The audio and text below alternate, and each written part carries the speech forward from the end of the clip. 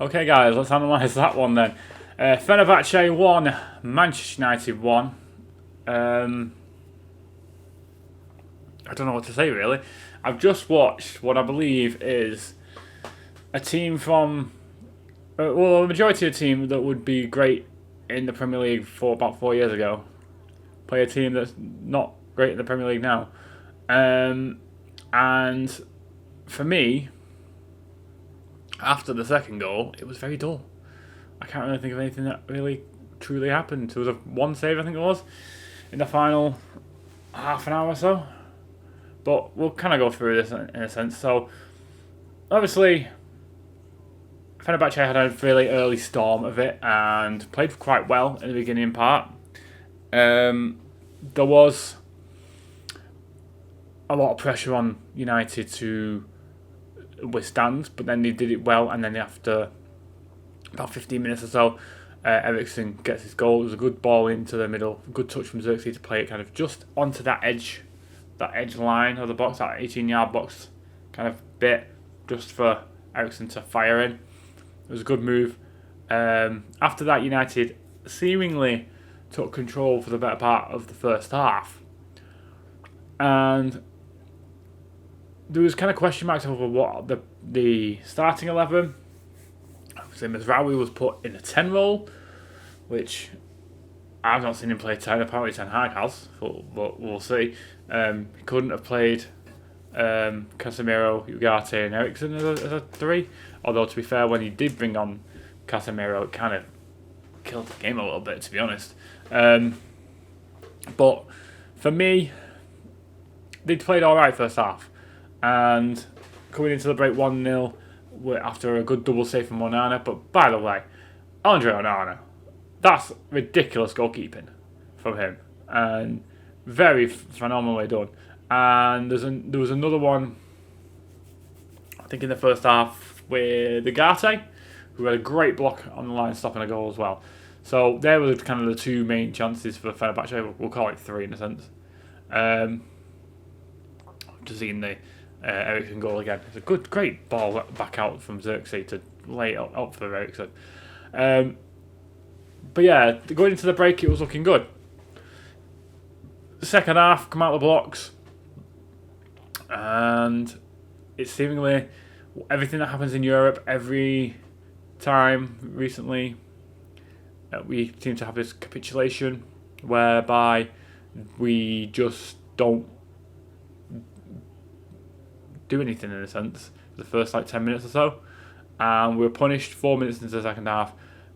Realistically, there's a lot of ifs, ands and maybes. Could St. Maximin have been charged down to stop the cross? Possibly.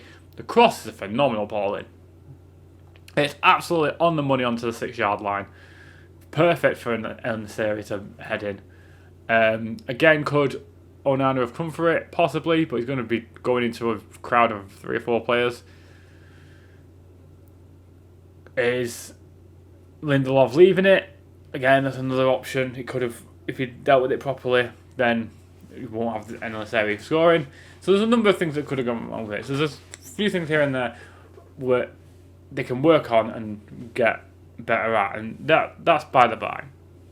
The problem I have with United at the moment is we're just not scoring goals, and that is an issue. That is a major issue.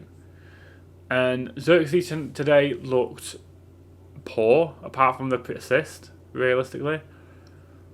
Højlund came on, did little bits here and there. Did he affect the game? Not really. Garnacho was decent. Rashford was good, had a good chance in the first half. It just whistled wide the post. Anthony came on and went off after 5 minutes.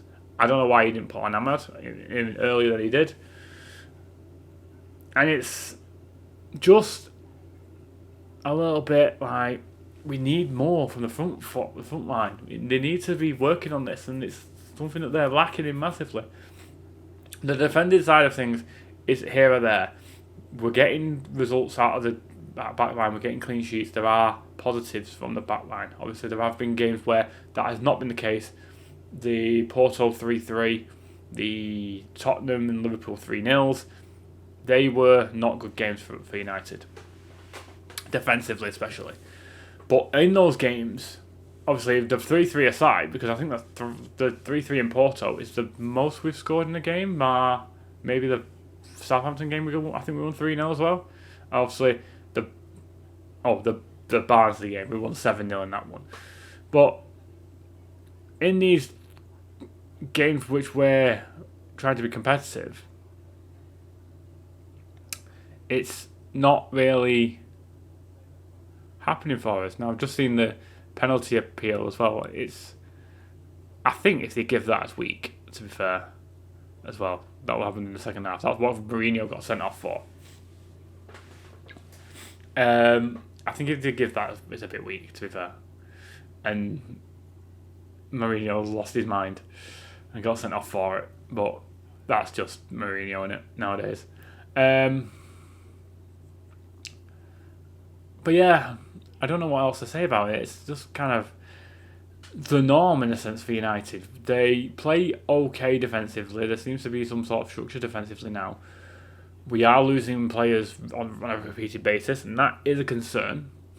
Today we had to play a fullback at number 10 because our main number 10 was suspended. Won't be for the next game. But we're losing players here and there, and it's starting to become a bit of an issue, that side of things. Obviously, we lost Anthony against tonight. Do I see Anthony as an issue in terms of a loss to injury? Not really, because if you have everyone fit, he's not going to get anywhere near a team. It's the other players you want to have fit. From that side, you're looking at Ahmad and it's either going to be Garnacho or Rashford. Rashford's had a couple of decent games from the right side. It seems to be okay there, but it's creeping back, this kind of injury concern again. And there's always going to be questions about the manager. The pressure is on. We go to West Ham, is it this week? I'll have to double check that now. I believe it is West Ham next. But is a win needed for that game? It is West Ham away. Now, for me, West Ham, who currently sit, I believe they are below us. I'd be surprised if they aren't. Yeah, they're 15th, and they've had 2 wins this season, 2 draws, 4 losses. So we're 3 points ahead of them. Obviously, who they play and who we play are going to be different. It's going to be interesting to see how it lines up. For me,